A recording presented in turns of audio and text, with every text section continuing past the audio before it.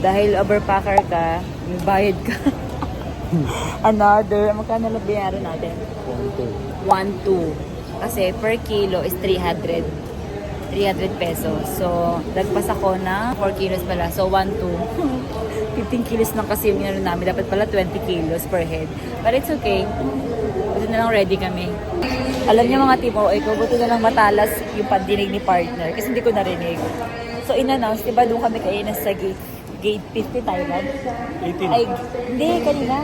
14. Gate 14. So, ngayon, nasa pupunta kami, in-announce, gate 18 naman na kayo. Buti na lang matalas yung pandinig niya. Medyo bingi ako eh.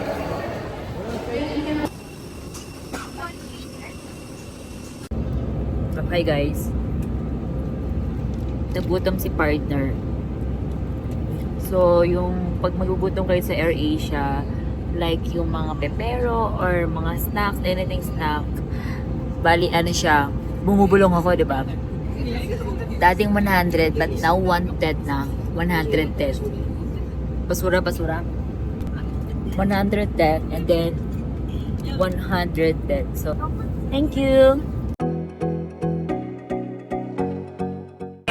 Okay, dahil sa Henan kami, nandito na sila guys, yung mga taga Henan. So, ayan. Ay, didikit po. Dalawa na kayo. Apo. Thank you po. Pag nawala po, may bayad po. Ay, wag naman. Wag mo akong iwan, baby. Work pa ako, baby. Ito na picture. Ala, salamat. Hindi ka na makakabalik ng Manila. Ay, wag po. May work pa po ako.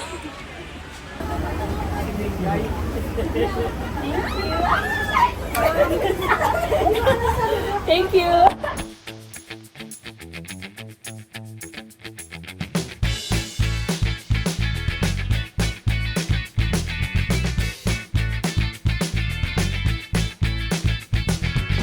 So ngayon nandito na kami sa Henan station nila na kung saan Tatan. Mamaya antayin na namin yung boot namin para para sa transfer. Doon, ano yun? Para matransfer na kami doon sa pinakang hotel nila. So, by the way guys, so, ayun. So, nag-a-assist, meron kasing nag-a-assist dito. So, depende naman din sa inyo kung bibigay nyo sila ng tip or hindi. Pero siguro, mas maganda rin na bigyan nyo sila ng tip para, alam mo yun, mapalitan yung, ano nila, yung pagod ba. Siyempre nakakapagod din mag-assist sa magbitbit ng maleta nyo. Kung nga napapagod na magbitbit ng maleta mo, tapos hindi ka magbibigay. Diba? Ba't pa kaya sila nga rin dalawa kayo, silang dalawa nagbitbit ng maleta nyo. Ang bigat nun. Although hindi naman kalakayan yung binigay kong tip. Pero, sana, soon, kapag kapag sobra-sobra na yung income natin. So, magbibigay tayo ng mas malaking tip. Pero binigyan ko siya 100 lang naman. Pasensya na po, kuya. Yan pa lang yung kaya ko. Pasensya na po. Next time. That is good. So, let's go na mga team OA ko. Magka-transfer na tayo. 5 minutes boat ride for the steamboat. 5 minutes ang biyahe.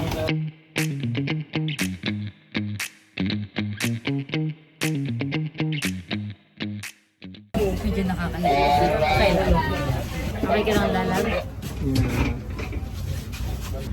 So ngayon, bukod sa nag-assist sa amin ng papunta din sa service, bukod sa nag-assist ng pasakay dito sa boat, sa bangka, bibigyan mo din talaga ng tip. Hindi naman kalaki yung binibigay namin, like 100, kasi yun lang naman kaya namin. But anyway, thank you so much sa kanila. So nandito na tayo, bro.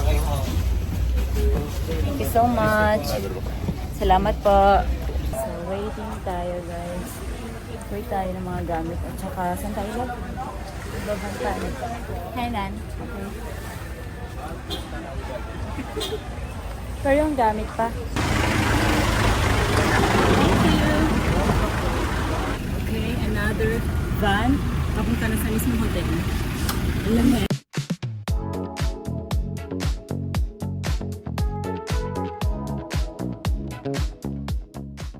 So mga team OA ko, share ko lang pala dahil kasi syempre, sabi ko nga 'di ba, transparent tayo sa gastos.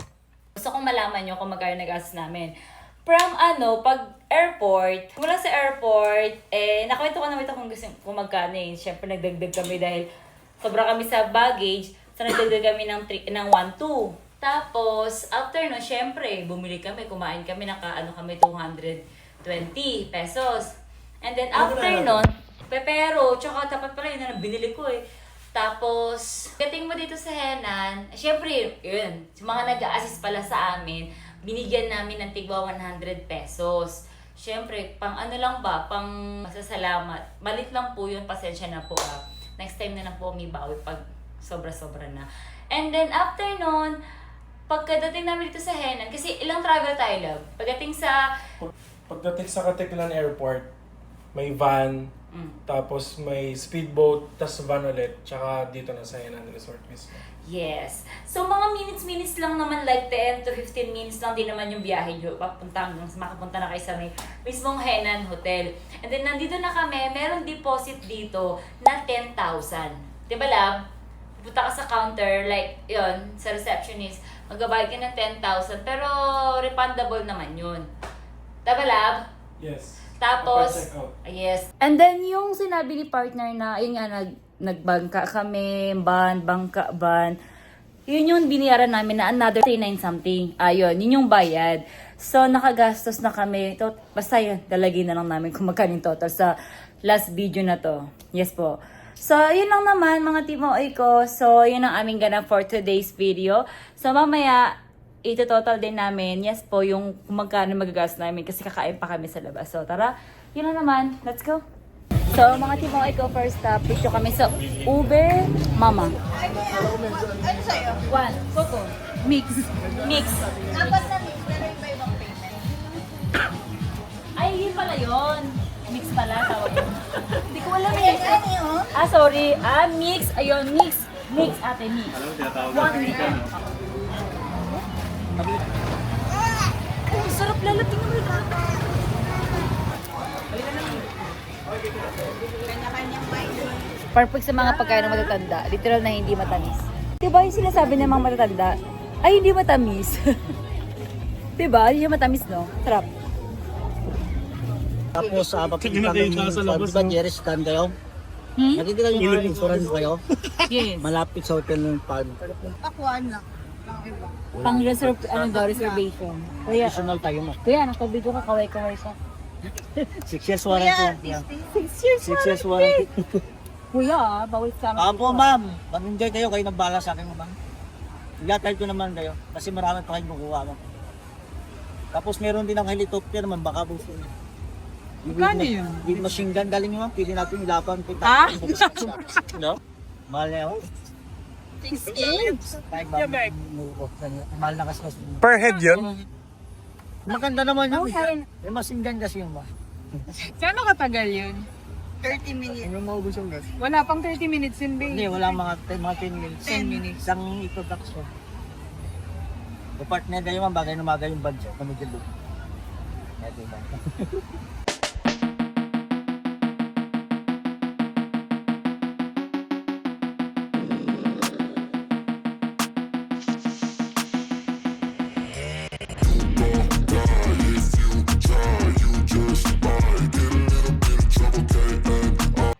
So, after namin kumain, mango mama naman tayo.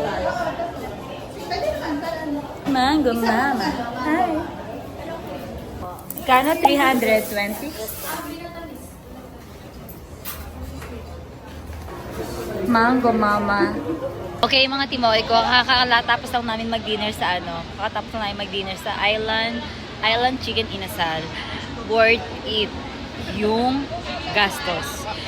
Sarap, Pagka pricey siya, 300 plus pataas. Masakto Yung lang. liempo, medyo pricey. Kasi yung nagliempo ako, tapos siya, chicken inasal. Spicy pecho. Sarap. Nawisan ako sa Even yung chicken oil na legit, no? Sarap. Sarap, punta tayo dito. Magkano lang yan? Mga nasa 300 plus yung liempo. Yung chicken inasal, mga nasa 280 plus. 280 some. Mga gano'n. Basta lalagay na lang namin yung presyo. Worth it, guys. Punta kayo dito sa Island Chicken Inasal. Sarap. Okay guys, so kauuwi lang namin. Yes, ang dami namin nagawa. Lakad-lakad, kumain kami ng Ubi Mama, kumain kami ng Island Chicken Inasal. And then, kumain din kami ng Mango Mama. Ano ba ba? Yun na lang kainan namin. Yung 3 resto na yon. Guys, yung mga presyo nila, alam niyo na, lalagay ko na lang din dyan. And then, bumalik lang kami dito sa hotel para mag-freshen up. Like, mag-ilamos onte. Kasi, pagdating namin, umalis agad kami. So, hindi pa kami nakapag-rest ni partner. Lalabas kami ulit para mag-party-party kasi isang kasamahan namin si Romel ay birthday niya today. So, ayun. So, tara. Bis na ako. So, ayan guys. Nakapag-swimming na ako. Pati si partner. Dahil mag-swimming, dapat magka-party kami. So, na-change yung plan. So, ano na lang kami. For the, swimming sa baba. Let's go. Oo nga. Let's go!